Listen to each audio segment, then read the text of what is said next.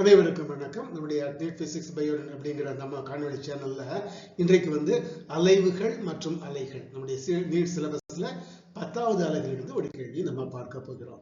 ஆங்கிலத்துல oscillations and waves அப்படின்னு சொல்லுகிறோம்.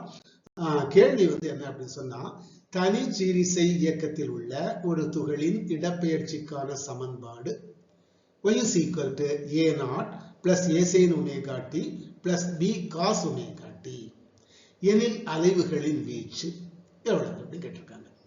சோ இந்த கேள்வி 2019ஆம் ஆண்டு நீட் தேர்வில் கேட்கப்பட்ட ஒரு கேள்வி. வழக்கம் போல் 4 தெரிவுகள்.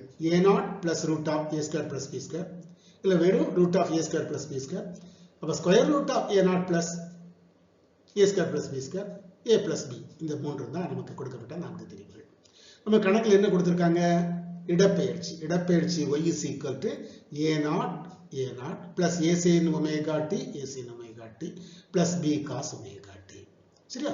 இப்போ நம்ம எப்படி எடுத்துக்கலாம்னு சொன்னா, இங்கே கட்ட வேறுபாடு 90 டிகிரி கொண்ட இரு அலைகள் மேற்பொருந்துகின்றன.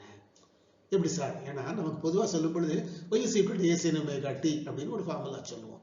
அந்த அடிப்படையில் இங்க a sin omega t இருக்கு, b cos omega t இருக்கு. இந்த b cos omega t எப்படி சார் எழுதலாம்? cos omega t is equal to sin omega t plus 90 degree. அப்போ இதுவும் a sin omega t plus 90 degree. அப்போ இது ஒரு அலை sin omega t, இது இன்னொரு அலை sin omega t plus 90 degree extra. அப்ப இரண்டு அலைகளும், அப்ப இங்கே கட்ட வேறுபாடு 90 டிகிரி கொண்ட இரு அலைகள் மேற்பொருந்துகின்றன. Superpose on each other, two waves are superposing அப்படின்னு சொல்லிட்டு ஆங்கிலத்தில் சொல்லுவோம். இங்கே தமிழ்ல மேற்பொருந்துகின்றன அப்படின்னு சொல்லுவோம். இல்ல t என்பது நேரம், ஒமேகா என்பது கோண திசைவேகம், இதெல்லாம் தெரியும். சரியா? இப்ப இந்த சிம்பிள் ஹார்மோனிக் மோஷன் தனிச்சீரிசை இயக்கத்துக்கு ஒரு சமன்பாடு எழுதுறோம். y dash is equal to y minus a0. அப்ப y dash is equal to எவ்வளவு sir? y minus a0. y எவ்வளவு? முதல்ல கணக்கிலே கொடுத்துட்டாங்க. a0 plus a sin omega t plus b cos omega t minus a0 இருக்கு, அதையும் போட்டுருவோம். அப்ப இந்த a0 இந்த a0 போயிடுது. அப்ப y is equal to அது தனி, இங்க y dash is equal to a sin omega t plus b cos omega t. இந்த இருக்குல்ல, இது ரெண்டு போடும்போது பாக்கி விட இங்க இருக்கும். ஏன்னா ஏற்கனவே சொன்ன இரண்டு அலைகளின் ஒன்றுக்கொன்று கட்ட வேறுபாடு 90 டிகிரி கொண்ட இரு அலைகள் தான் இங்க இருக்கு. அப்ப அந்த இரண்டு அலைகள் தனித்தனியா இருந்ததுன்னா அதனுடைய தொகுபயன் வீச்சு a என்பது என்ன sir?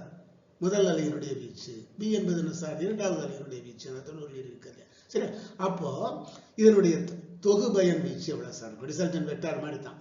So r is equal to square root of a square plus b square plus 2ab cos theta. அதான் கணக்கு. இப்போ இந்த இடத்துல theta எவ்வளவு சார்? 90 டிகிரி முதல்ல போட்டுறோம். ab cos 90. What is cos 90? 0. அப்ப அதனால இது மட்டும் முடிஞ்சு போச்சு. இது மொத்தமா 0 தான். அப்ப இது பாக்கி இருக்கு square root of a square plus b square. அப்ப r அதான் என்னது? தொகுபயன் வீச்சு. அலைவுகளின் வீச்சு is equal to square root of a square plus b square. நமக்கு கொடுக்கப்பட்ட தெரிவுகளில் இரண்டாவது தெரிவு, அதாவது இரண்டாவது ஆப்ஷன், இரண்டாவது விடை சரியான விடை. ஓகே, சரி. நம்ம அடுத்த காணொளியிலையும் இதே மாதிரி அலைவுகள் மற்றும் அலைகள் அப்படிங்கிற 10வது அலகிலிருந்து வேறு ஒரு கேள்வி நம்ம பார்க்கலாம். அது அடுத்த காணொளி காணும் வரைக்கும் உங்கள் அனைவருக்கும் நன்றி, வணக்கம். ஓகேயா?